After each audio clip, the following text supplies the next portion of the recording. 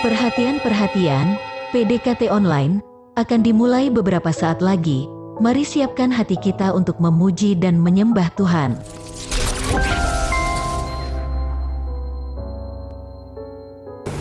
Shalom, Sobat Deca Ministry dimanapun berada. Puji Tuhan, kita bisa bertemu kembali di awal bulan Mei 2020 ini dengan kondisi yang baik. Kita berdoa biar Tuhan senantiasa memberkati kita setiap hari di bulan ini, sehingga kita semua tanpa terkecuali beroleh kemurahan dari Tuhan. Dan bagi teman-teman yang mungkin masih punya pergumulan yang belum dijawab, tetap semangat. Saya berdoa kiranya menerima jawaban dari Tuhan di bulan ini. Sebentar lagi sebelum kita sharing firman, kita akan menaikkan pujian dan penyembahan terlebih dahulu pada Tuhan. Saya ajak kita semua ikut bernyanyi, biar hati kita terkonek terlebih dahulu dengan Allah Bapa di sorga sebelum kita semua ditaburi oleh firman. Mari saya ajak kita sama-sama masuk dalam pujian dan penyembahan. Sama-sama kita bernyanyi, Yesus kemuliaan-Mu.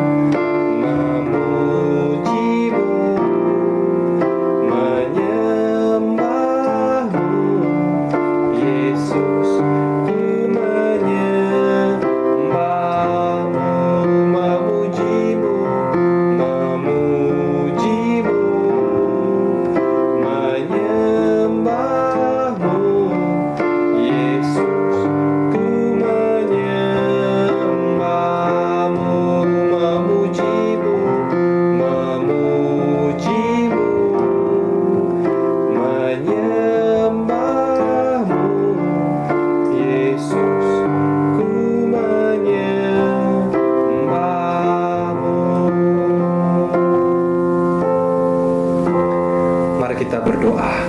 Terima kasih Tuhan Yesus buat penyertaan-Mu selama bulan April Tuhan. Terima kasih juga Tuhan Yesus Kau boleh bawa kami dalam kondisi yang baik Tuhan di bulan Mei ini Bapa. Kami berdoa Tuhan, sekalipun bagi kami sebagian mungkin masih ada dalam pergumulan, tapi kami mau yakin dan tetap percaya bahwa Tuhan Yesus pegang kendali atas setiap pergumulan kami. Bapa, sebentar kami akan mendengarkan sharing firman-Mu Tuhan. Biarlah Engkau berbicara melalui firman-Mu Tuhan, untuk senantiasa memberikan keteguhan kepada hati kami untuk boleh berjalan dalam kehendak Tuhan. Sembunyikan hamba di balik salib-Mu, di dalam nama Tuhan Yesus kami berdoa dan mengucap syukur. Amin. Hari ini sharing firman yang akan saya bagikan berjudul hati-hati terhadap iri hati. Ternyata iri hati ini bahaya loh teman-teman. Sebab iri hati yang dibiarin terus menerus lama-lama bisa menjadi kepahitan. Bahkan lebih ironi lagi, iri hati dalam cerita Alkitab di kitab Kejadian berakhir pada Kain yang akhirnya membunuh adiknya Habel karena persembahan Habel diterima oleh Tuhan sedangkan Kain tidak. Dalam kejadian ini, iri hati mencetak skor di urutan kedua dosa di muka bumi setelah dosa mengingini yang dilakukan oleh Adam dan Hawa. Oleh sebab itu, kita tidak boleh menganggap remeh dengan yang namanya iri hati. Sebelum membahas lebih lanjut, mari kita baca terlebih dahulu firman Tuhan dalam Yakobus 3 ayat 14. Dikatakan di sana, jika kamu menaruh perasaan iri hati dan kamu mementingkan diri sendiri, janganlah kau memegahkan diri dan jangan berdusta melawan kebenaran. Orang yang iri hati biasanya adalah orang yang mementingkan bahkan mencintai dirinya sendiri. Karena terlalu mencintai dirinya sendiri, maka orang tersebut cenderung mengingini hak orang lain. Tidak puas dengan dirinya, tidak senang dengan keberhasilan orang lain, apalagi bersuka cita saat orang lain mendapatkan apa yang diinginkannya dan dia sendiri tidak.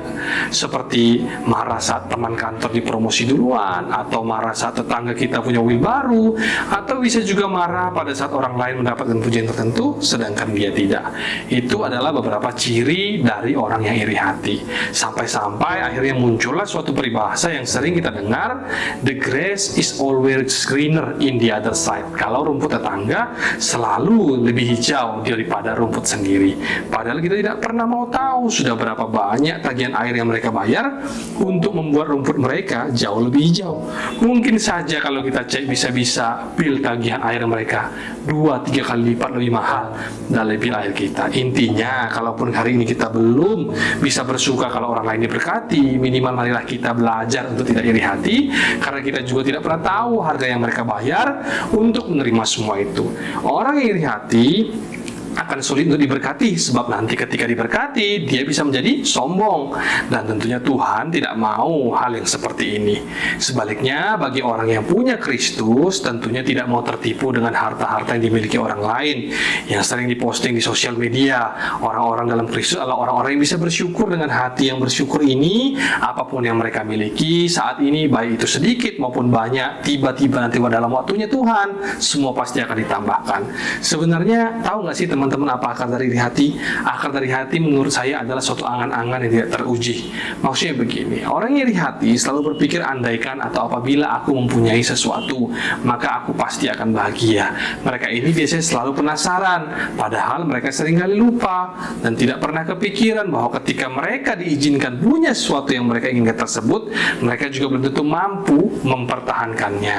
Suatu kali ada cerita tentang orang yang selalu iri pada temannya karena temannya mendapatkan proyek pekerjaan sementara dia tidak. Setiap kali ketemu dengan temannya ini, dia selalu berbicara dengan ketus dan terus-menerus mencari kesalahan dari pekerjaan temannya. Suatu kala karena dia ingin sekali seperti temannya, akhirnya dia mengambil jalan pintas, dia menyogok orang dalam, dan akhirnya memang dia bisa mendapatkan pekerjaan proyek tersebut. Tapi selang beberapa waktu kemudian dia dituntut karena proyek yang dikerjakannya ternyata banyak kurang ataupun cacatnya. Dari cerita ini benarlah yang dikatakan dalam Yakobus 3 ayat 15 dan 16, itu bukanlah hikmat yang datang dari atas, tetapi dari dunia, dari nafsu manusia dan dari setan-setan. Sebab di mana ada iri hati dan mementingkan diri sendiri, di situ ada kekacauan dan segala macam perbuatan jahat. Kalau kita mau mengisi hidup kita, marilah kita mengisinya dengan kebajikan dan kemurahan. Marilah kita buang jauh-jauh yang namanya iri hati dari kita, sehingga hati kita jadi tenang, hidup kita bisa bersyukur dan tentunya dipakai Kristus. Nah, lalu bagaimana agar tidak iri hati? Berikut beberapa tipsnya. Yang pertama, ketahui bahwa di balik setiap berkat yang diperoleh ada harga yang harus dibayar. Oleh sebab itu, dalam hati kita, marilah kita berpikir apakah kita sudah melakukan hal yang seperti orang lain lakukan sehingga dia dilayakkan memperoleh berkat tersebut. Seperti yang saya katakan tadi, kalau misalkan kita melihat rumput tetangga lebih hijau dari rumput kita, apakah kita sudah siap membayar bil air yang 2-3 kali lipat lebih mahal dari bil air yang biasa kita bayar? Percayalah teman-teman bahwa Allah mengasihi kita semua. Fokus dan kelolalah apa yang ada pada kita hari ini, dan sebaik-baiknya pasti Tuhan akan memberkatinya. Seperti Tuhan memberkati 5 roti dan 2 ikan sehingga bisa memberi makan 5.000 orang. Yang kedua, mengucap syukurlah atas setiap berkat Tuhan. Bersyukurlah atas apa yang telah Tuhan berikan pada kita sampai dengan saat ini. Lebih daripada itu, bersyukurlah saat orang lain diberkati. Menurut saya, orang yang senang melihat orang lain diberkati itu adalah orang yang paling bahagia dalam hidup ini. Karena orang tersebut tidak fokus kepada dirinya sendiri. Jadi dalam segala apapun di hidupnya, dia gampang bersyukur. Sebagai ilustrasi, ketika kita ikut happy saat orang lain diberkati, maka Bapa di surga mungkin akan menyuruh kepada malaikatnya, "Hei malaikat, berkatilah orang ini, karena orang ini turut serta merayakan kemurahanku," alias kemurahan Tuhan dalam hidupnya dan hidup orang lain. Yang ketiga, melayani sesama yang membutuhkan. Kita bisa menyibukkan diri dengan peduli pada mereka yang tak seberuntung kita, dan mari kita belajar hidup berbagi dengan mereka dengan memberikan hal-hal yang positif dan bermanfaat bagi sesama. Saat melayani sesama, biasanya kita akan menjumpai begitu banyak berkat Tuhan dalam hidup kita, dan tidak ada alasan bagi kita untuk iri, karena ternyata masih banyak orang di luar sana yang tidak seberuntung kita. Jadi daripada kita membuang energi untuk iri hati, tidak puas dengan diri sendiri, penasaran, sibuk membanding-bandingkan dengan orang lain, baiklah kita menggunakan energi yang sama untuk melakukan sesuatu, bahkan menolong sesama kita yang membutuhkan pertolongan. Jadi ada 3 poin tips agar kita tidak lagi iri hati. Yang pertama, ketahui bahwa di balik setiap berkat yang diperoleh ada harga yang harus dibayar. Yang kedua, mengucap syukur atas segala berkat Tuhan. Dan yang terakhir, yang ketiga, melayani sesama yang membutuhkan. Saya berdoa mulai hari ini kita semua bisa membuang jauh-jauh perasaan iri hati dari hidup kita, dan kiranya Tuhan senantiasa memakai kita untuk menjadi berkat bagi sesama. Sekian sharing firman Tuhan pada hari ini. Tuhan Yesus memberkati. Sebelum kita menutup perjumpaan kita hari ini dengan doa, marilah kita sama-sama menaikkan lagu "Ku Mau Selalu Bersyukur".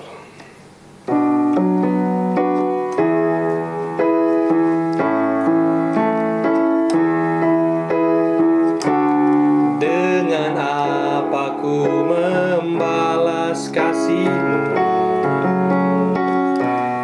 yang ku terima dari-Mu? Dengan apa ku membalas cinta-Mu? Oh Yesusku, ku mau selalu bersyukur, selalu bersyukur. Kau Tuhan yang setia, yang selalu menopang. Ku mau selalu bersyukur, selalu bersyukur. Kau Bapakku yang setia, Kau Bapakku yang setia, Kau Bapakku yang setia.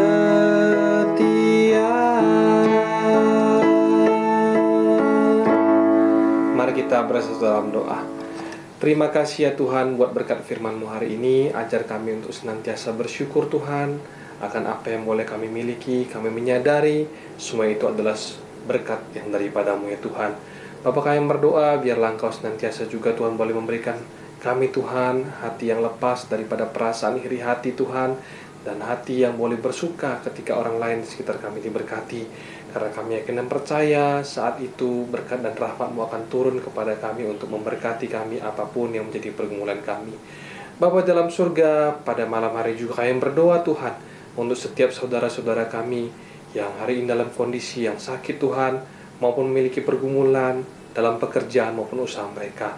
Kami serahkan seluruhnya permasalahan kami dalam tangan Tuhan. Kami yakin dan percaya Tuhan menjawab setiap pergumulan, setiap doa dan permasalahan kami tepat dan indah pada waktunya. Terima kasih Bapa, kami serahkan seluruh hidup kami dalam tangan Tuhan. Tangan Tuhan yang senantiasa membimbing langkah kami selama bulan ini dan seterusnya. Di dalam nama Tuhan Yesus, kami berdoa dan mengucap syukur. Amin. Sampai jumpa, Tuhan Yesus memberkati.